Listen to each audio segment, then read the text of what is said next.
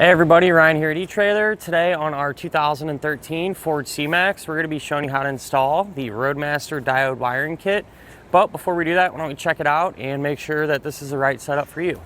So before we get too carried away kind of talking about the diodes, I figured it'd be useful just to kind of touch base and refresh ourselves on the main parts that we're going to need to flat tow our C-Max down the road in the first place. So there's going to be a total of 5 main components needed to get your C-Max down the road behind your motorhome. First one's going to be the base plate, and the base plate's going to provide us with a solid and reliable connection point. That way we can hook our tow bar up to it. That tow bar is going to be the second component, and this is going to be the actual physical link that connects the front of our Ford to the back of our motorhome. The third main component is going to be safety cables, and these are pretty straightforward. You know, they're there in the event of an unlikely disconnect. They're going to keep everything paired together. The fourth main component is going to be your tow bar wiring, and what this is going to do is transfer the lighting signals from the back of your coach to the back of your Ford, keeping you safe and legal. And last but not least, the fifth main component is going to be a braking system, and what this is going to do is apply the brakes in your C-Max whenever you hit the brakes in your RV, helping to bring you to a more predictable and complete stop. This is a perfect example on how the wiring kit's going to work. So we have our right turn signal flashing back here, and that's because we have the right turn signal going on our motorhome. So you know, not only you get the right turn, but the left turn, your taillights, and your stop lights. That way everyone around you will know what's going on, you know, and know your intentions whenever you're going down the road. Now, as far as wiring, really in my opinion, the diodes are really the best way to go. We've had a ton of experience with them, and they just work. You know, they're kind of tried and true, and you don't really have to mess around with them or anything like that once they're installed. So it really simplifies your setup process, and honestly, that's pretty important. It would be to me at least. You know, when you're out on the road trying to enjoy yourself, you want to simplify things and streamline them and not have to mess around with a bunch of different parts and pieces and so on. And I say that kind of in comparison to the other lighting that's available, which is called magnetic lighting. Does it work? Absolutely, but you know, it's a little more time consuming. So the magnetic lighting, you're going to have magnetic lights that you'll stick up on your vehicle, and then you'll have to route wires all the way up to the front of your car and to the back of your motorhome, plug it in, and you'd have to set that up every time you want to flat tow it or, you know, disconnect it and drive it around town. So just a little more inconvenient, and not to mention too, you know, all that wiring and stuff, it takes up some space, so you'll have to find a spot to store that. And as we all know, in an RV, that cargo space is precious, and you want to keep every little bit of it that you can. So diodes, that's something you're not going to have to worry about. So like I said, whenever you're ready to hook up, all you're going to have to do is plug in the cable to the front of your vehicle and then to the back of the motorhome. That's really all there is to it. So really simple. And that's going to kind of bring me to my next point. So there's several different kits available, and essentially what type of cable they come with is really going to be the only difference. So for example, today here we have the diode kit with a straight cable, and you would use this cable if your tow bar has channels in it, like this Sterling all-terrain here. That way you can run the cable through the channels. Same thing with the other kit that's available. It's kind of a hybrid. It's coily at one end and straight for the rest of it. Use this kit in the same deal, you know, if the tow bar has channels. If you have a ton of space in between your motorhome and your towed vehicle, let's say maybe you have a high-low adapter or super long tow bar or something like that, this one may be a better option. It's just a little bit longer than the other kits. And then you have one that it's a straight coiled, okay? So it's a 7-way on one end, 6-way round on the other. And you would use this kit if you had a tow bar that did not have channels in it. That way, you know, the coils will keep it up off the ground when you're going straight down the road, but stretch out whenever you're making those wide turns. Same thing with the other kit here. This one has a 7-way on one end and a 4-way round on the other. Same deal. you know, but this one's a little less common. I will say probably the most common are the 7-way to 6-way round. That's at least what we see the most of. And then there's also going to be a kit that has a 4-way flat type connector to a 4-way flat to the motorhome. Pretty rare kit, you know, we don't really see those all that often, but I did want to mention it. And last but not least, there's one other kit available, and that's just going to come with the wiring and the diodes and a couple connectors and things like that. It's not going to come with a cable or a plug. And that kit is available because some of the higher end tow bars, some of the ones there at the top, actually come with the cable and plug already. So wouldn't make sense to have to buy it twice, right? So if that's the type of tow bar you went with and you already have the cable and the plug, you definitely want the wiring kit that is just the bare bones, essentially, the wiring and the diodes. But other than that, you know, honestly, a kit like this is definitely the way to go. It's really reliable and easy to use, so, you know, what more can you really ask for? Now, as far as the installation goes, really not too bad or complicated by any means. I will say it is just time consuming, you know, having to route a lot of wires and things like that. It just eats up a little bit of time, but as long as you stay focused, really shouldn't give you too many issues. Speaking of that, why don't we go ahead, pull into the garage, and hook it up together now. To begin our install, we're going to be here at the front of our C-Max, and clearly we have the front end taken apart. And I'm doing it this way because we're doing our wiring and everything else the same time that we're doing our base plate. It makes it a lot easier, you know, with everything out of the way. With that said, though, you don't have to have the fascia removed to get this done. I just wanted to mention that. But first thing we're going to do is take one end of our wire, bundle wire there. We need to hook up our connector plug. And take the rubber boot and slide that on first. Kind of just jam that out of the way. And then we're going to separate all these ends here. So I'll just carefully cut in between them.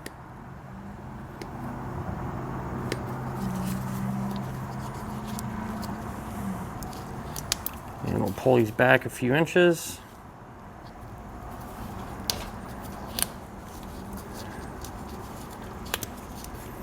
What I like to do is just kind of hold them all together and cut a little bit off, kind of give us a fresh start there. Then we're going to strip back all 4 of the ends of the insulation here. Do about that much. That way we're going to be able to plug these into our plug, the back of the plug. Once you have them stripped, give them a good twist, kind of get all the wires nice and tight. And once we have this done, we'll grab our connector plug. So the way this is going to work, if you look on the back of the plug, we're going to have a bunch of terminals here, and these are all going to be labeled. And what you're going to do is back out these set screws out quite a ways, but don't try to pull the screw completely out. A lot of times it'll come out. It's pretty tricky to get back in. So we're going to be using 4 of these. So this one here is going to be labeled TM for taillight. So the brown wire will go to it. This one here is going to be labeled GD for ground. So the white wire will go to it. This one right here is going to be labeled LT for left turn. So the yellow wire will go to it. And this one here is going to be labeled RT for right turn. So the green wire will go to that one. But once we have all those undone, we're just going to take the appropriate wire here. We'll start with brown, our taillight signal. That'll get plugged into the terminal. We'll hold it in place and just tighten down the set screw. And repeat that same thing for our remaining terminals. So here's the back of the connector once everything's hooked up. And we're just going to take our dust cover and put that over. Now what I like to do, you know, at the very end, once everything's hooked up and we know it works, you can come back and put some dielectric grease on these terminals and, you know, seal it all up really good with some tape. But like I said, I like to wait till the very end once we're done. That way if there's an issue, you know, we're not gonna have to deal with all that. So with that like so, we'll take our screws and secure the connector to the base plate.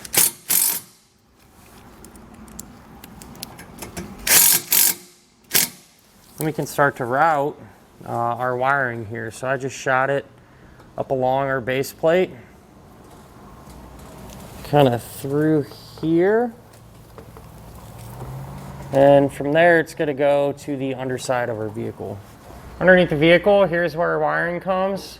I know you wanna do your best to avoid any hot or moving parts, especially through this area. So use some zip ties to keep everything secured and in place. So got ours just kind of routing through here, where it's going to come out right there and around through here. Now once we get to about this point, what I'm going to do, or what I'm wanting to do, is ground our white wire out over here in this area. And so I'm just going to kind of eyeball the distance there. What we want to do is just cut just the white wire, so be very careful while you're doing this.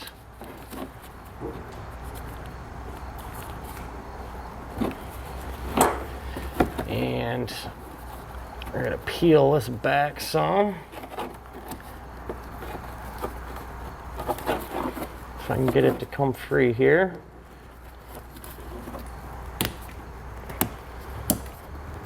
There it goes. So get this peeled back. About like that'll do. And so this is the side of the wire that goes to the connector plug up front. All right, now if you look at the remainder of our wire, the rest of our bundle, we're gonna take the white wire and just completely remove it from the rest of our bundle. And when we're done doing this, we want to hold on to that wire, because we are going to be reusing it a little bit later on in our installation. So our white wire here, I strip back the end of the insulation. We're going to take the ring terminal, slide it over, and crimp it down. And then to secure this, we're going to take the self-tapping screw, put it through the ring terminal, line it up, and run it down.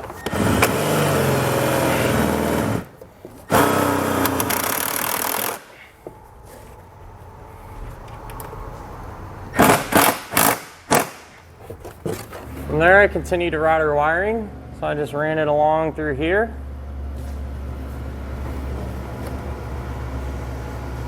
Where it comes around here.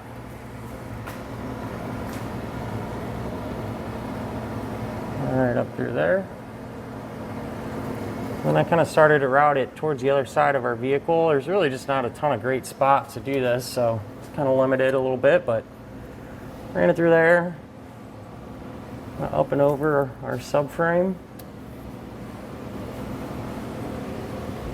where it comes right to here. Now right here, what I've done is separated the green wire from our yellow and brown wire, and I simply took that extra white wire that we had and taped it to the end of the green wire. All right. From there, I routed our now white wire and the yellow and brown wire along through here, where it drops out right here over on our driver's side. So now what we're going to do is let this hang out for a minute. We're going to go up top and get our lights removed. That way we can get everything hooked up.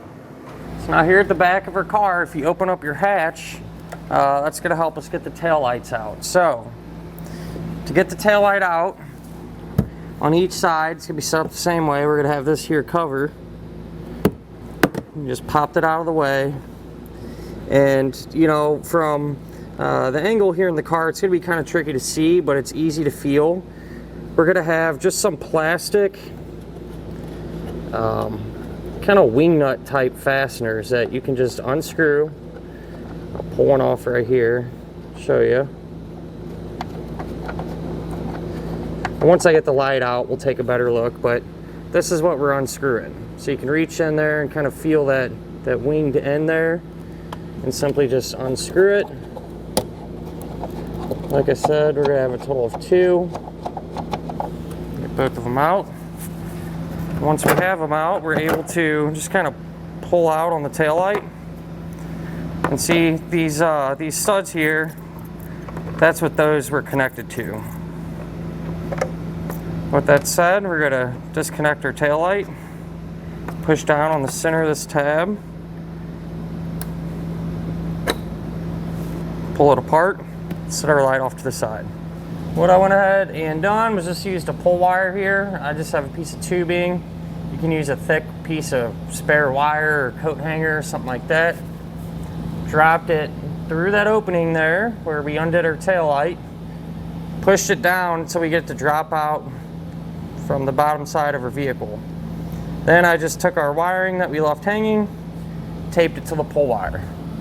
So what we're gonna do, pull this wiring up through here. That way we can get it hooked up. So I went ahead and stripped back our wires here. The yellow wire, just gonna crimp on a regular blue terminal there. The white and the brown wire, gonna do something a little different. What you're gonna do is twist these together, and you wanna get them nice and tight. And then you're gonna take the yellow terminal, slide it over both ends, and crimp it down. From there, we can start to hook up our factory wiring here. So this is the wiring that plugged into our taillight. So we're gonna have a couple wires we're gonna be working with, and what we're looking for is a taillight signal and the brake light signal. So I found those already. And this wire here, this thinner one, looks like it's violet with a light gray stripe. And then this thicker wire here, it looks like it's completely like a dark purple. The one that has the thinner wire with the gray stripe, that's going to be our taillight signal. And this thicker wire here that's a solid color, that's going to be our stop and turn. So what I'm going to do is cut these in half. We'll go about right here.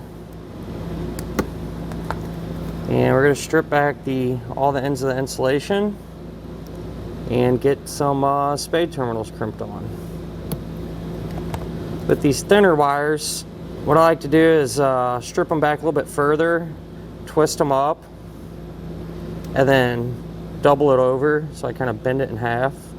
Because they're so thin, it's hard to get a good bite on them sometimes with the terminals. But that said, we'll slide it over, crimp it down, and repeat the same process for our 3 remaining ends. With all of our ends set up here, we can now take our diodes and get these hooked up. What I like to do first is take off this sticky tape and just kind of stick them together like so. If you grab our factory wiring, the ends here closest to the connector plug, you're going to want to put these on the diode side that has the single prong coming out, so like that. And then the other side of the factory wire, we're just going to plug into either one of these here on the same diode, of course.